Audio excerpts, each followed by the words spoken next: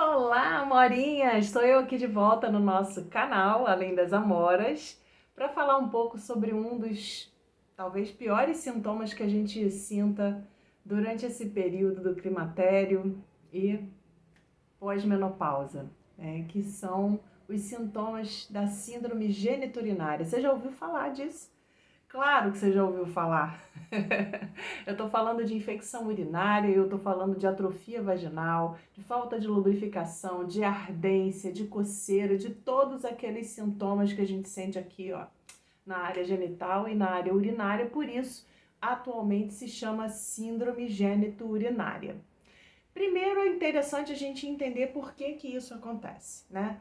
Basicamente pelo mesmo motivo que todos os outros sintomas aparecem. Acontece porque os nossos hormônios estão caindo, né? E o estradiol, ele é, entre outras milhões de outras coisas, responsável pelo depósito de colágeno na nossa pele, nas nossas artérias, nas nossas articulações e também na nossa vagina. Aproveita esse momento para fazer um parênteses. Tem um monte de gente gastando dinheiro pra caramba aí em colágeno. O colágeno, se a gente tomar, né, essa proteína, ela vai ser digerida e não necessariamente ela vai chegar lá com GPS, nem na sua vagina, nem na sua articulação, nem na sua pele, viu? Então é importante que a gente compreenda que muito além de tomar colágeno, é necessário que a gente também entenda o que está acontecendo com os nossos hormônios. Afinal de contas, é o estradiol que vai servir de GPS para esse colágeno chegar onde ele tem que chegar.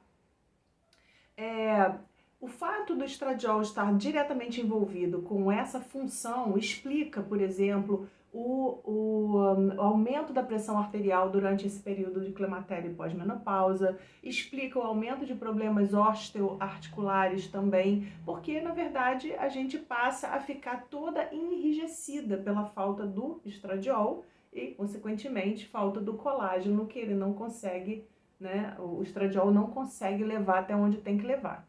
E lá na nossa vagina o que acontece? Aquele canalzinho que era todo irrigado, todo franzidinho, né? Tinha uma elasticidade, uma flexibilidade especial para quê? Para parir, né? E para manter a relação sexual, perde, né?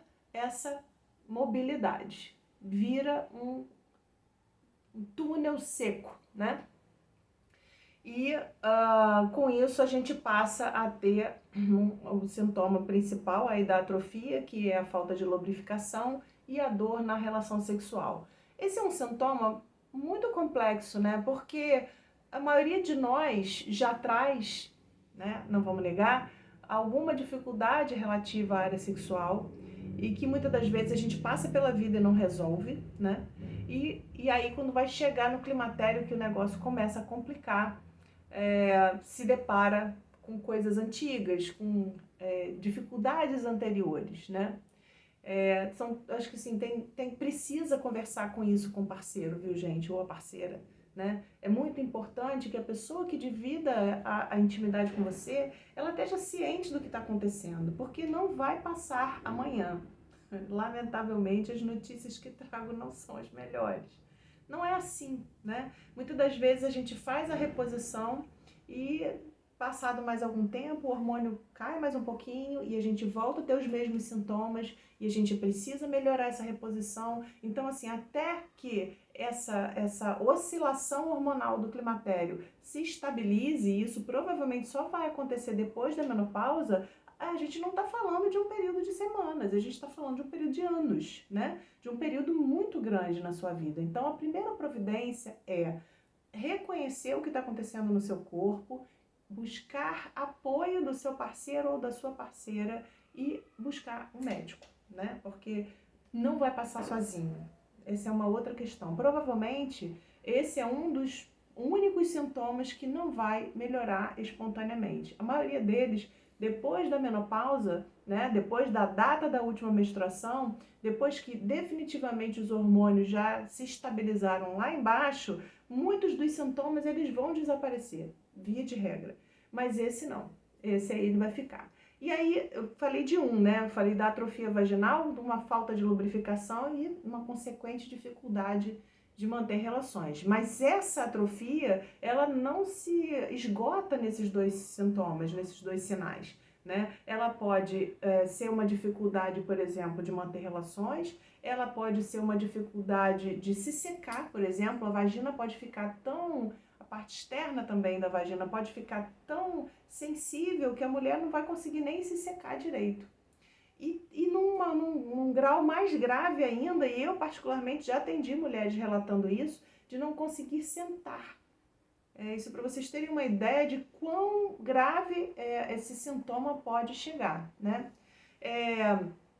Por causa dessa rigidez nesse canal, né, no canal vaginal, no assoalho pélvico, nessa área toda, a gente vai ter um comprometimento da estética vaginal também. Os lábios, grandes lábios, vão ficar murchinhos, vão perder tônus, né?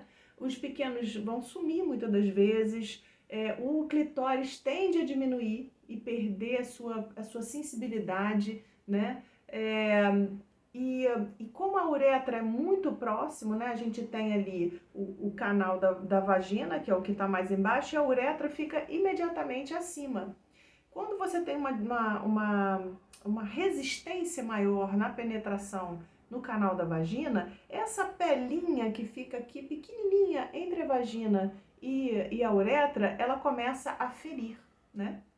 Tanto quanto a vagina, essa área aqui da proximidade da uretra também vai sofrer esse impacto, vai sofrer essa fricção, né? E vai acabar fazendo com que a gente tenha um sintoma chatíssimo e mega comum. Muitas das vezes é um dos primeiros sintomas do climatério, a mulher nem está ligada ainda nisso, que são as infecções urinárias de repetição, né? Muito, muito comum, viu, gente? Eu particularmente tive esse sintoma há talvez 4 anos atrás, né? Sempre atribuí isso à vida sexual, os médicos falavam de cistite de lua de mel e tal, mas isso já tinha uma relação com a queda hormonal. Como a gente vive falando aqui, a gente não dorme na menacne, que é o período fértil, e acorda menopausada. Não é assim, né? É um processo longo, é um processo que vai mostrar para você muita coisa ruim, né? Não posso mentir de novo para vocês, mas é um processo que por conta disso te oferece a possibilidade de que você reveja a forma como você está levando a sua vida, né? Isso é a imposição da menopausa. Não dá para levar a vida do mesmo jeitinho que a gente levava até agora, comendo mal, dormindo mal, se estressando, porque isso tudo que naturalmente faz mal para a vida de qualquer pessoa, toma uma proporção ainda muito maior nesse período em que absolutamente todos os seus sistemas do seu corpo serão afetados pela falta dos hormônios, né?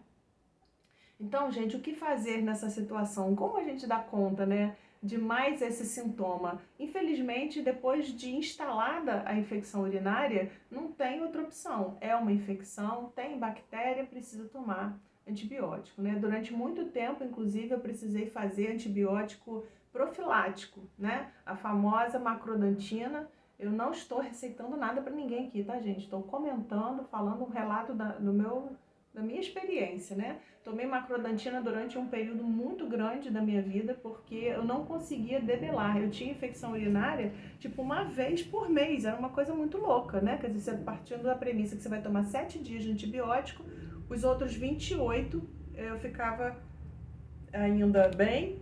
Desculpa, gente. Ficava bem e dali a pouco eu já estava fazendo outra infecção urinária. E aí estômago sofre, né? O fígado sofre, porque você está tomando antibiótico pra caramba, as bactérias vão ficando resistentes, ou seja, é um ciclo muito complicado. Usei vacinas de Escherichia coli, não vi resultado nenhum, acho que é Urovaxon, né? Essa medicação. Eu acredito que pelo fato de que a causa, né, da infecção urinária de repetição seja efetivamente hormonal, né, acaba que outras soluções acabam não sendo viáveis, né? Então, o que resolveu de verdade? Estriol intravaginal, que é o que vai devolver um pouco dessa naturalidade para a vagina, da lubrificação, da sensibilidade, da flexibilidade e fazer com que efetivamente você tenha ali o funcionamento daquela área poder se aproximar daquilo que sempre foi de uma maneira normal. Isso não o estriol, né, local, ela não vai ter uma ação sistêmica, né? Ela vai ter exatamente uma ação local. E ela não prescinde, né, da necessidade da reposição hormonal sistêmica. Você precisa do estradiol, né? E é importante que você entenda que essa reposição hormonal sistêmica, ou seja, que você vai fazer, né, para o seu corpo e não só na sua vagina, vai ajudar também na síndrome geniturinária, também e muito, viu? Junto desses sintomas podem acontecer coceira, irritação, fissuras, né, são horríveis, as fissuras parecem as fissuras que a gente tem de frieira no pé, sabe? Na vagina, acontecem na vagina.